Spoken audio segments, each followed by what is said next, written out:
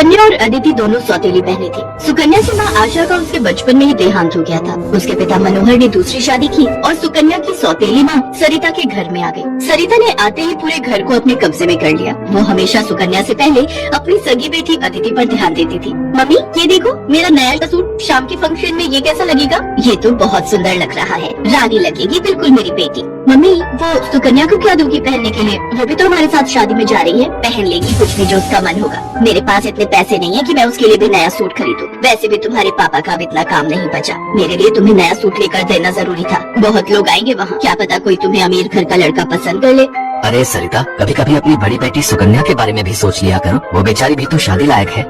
बस आ गए अपनी लाडली बेटी के बारे में चिंता करने। पता नहीं कौन से मनहूस दिन मेरी तुम्हारे साथ शादी हुई थी। जब से आई हूँ एक ही नाम तुम्हारे मुंह पर चढ़ा हुआ है। देखती हूँ सुकन्या सुकन्या। अरे तुम्हारी दूसरी बेटी अदिति भी कुंवारी है, वो भी तुम्हारी ही बेटी है। उसके बारे में भी कुछ सोचा करो। मैं हूँ जो पैसे जोड़ जोड़ कर अपनी बेटी को सूट दिलवाए हैं। अब शाम को चलने की तैयारी कर लो, बहुत बड़े बड़े लोग उस शादी में आएंगे। ये तो मेरी सहेली पुष्पा की बड़ी मेहरबानी है जो उसने हमें एक कार्ड दे दिया, वरना हम गरीबों को इस शहर में और इतनी बड़ी शादी में कौन पूछेगा। मनोहर को पता था कि सरिता का स्वभाव बहुत ही खड़ूस है, इसलिए वो चुपचाप अपने कमरे में चला जाता है। शाम को सब लोग शादी के लिए तैयार होते हैं। अदिति बहुत ही सुंदर सूट पहनकर तैयार होती है। सुकन्या के पास तो कपड़े ही नहीं थे। अचानक मनोहर सुकन्या के पास आता है। सुकन्या बेटी, ये ले, ये तेरी माँ की साड़ी है, तू ये पहन कर तैयार हो जा। देख कितनी सुंदर साड़ी है, मेरे संदूक में रखी थी, मैं वही ढूंढ रहा था और आज मुझे मिल गई।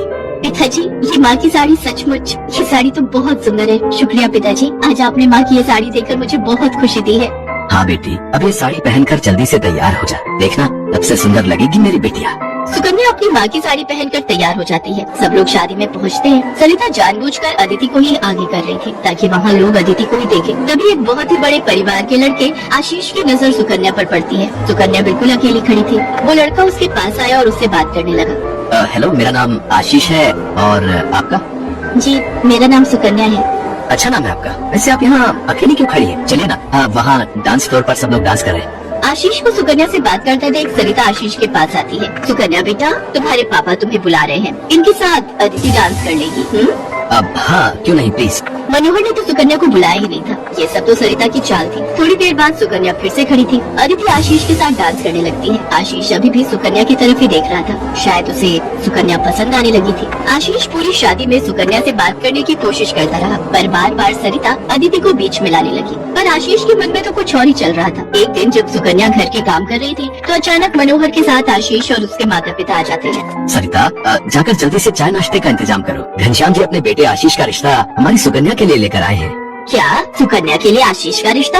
ये कैसे हो सकता है? मनोहर की बात सुनकर सरिता चौंक जाती है। सुकन्या तो घर के झाड़ पोंछ में मैले कुचैले कपड़ों में मानो ऐसी लग रही थी जैसे कीचड़ में कमल। वहीं अदिति सोफे पर आराम से बैठी थी। सब कुछ आशीष और उसके माता पिता के सामने था। सुकन्या बेटिया, जाओ जल्दी से तैयार हो जाओ। अदिति, जाओ अपनी दीदी को तैयार कर दो।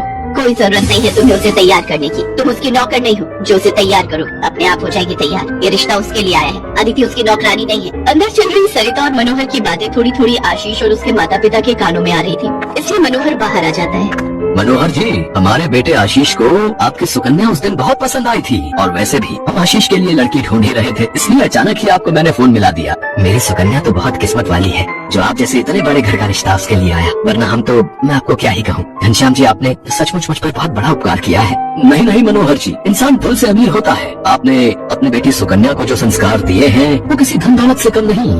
तभी सुकन्या चाय नाश्ता लेकर आ जाती है। सुकन्या का रिश्ता पक्का हो जाता है।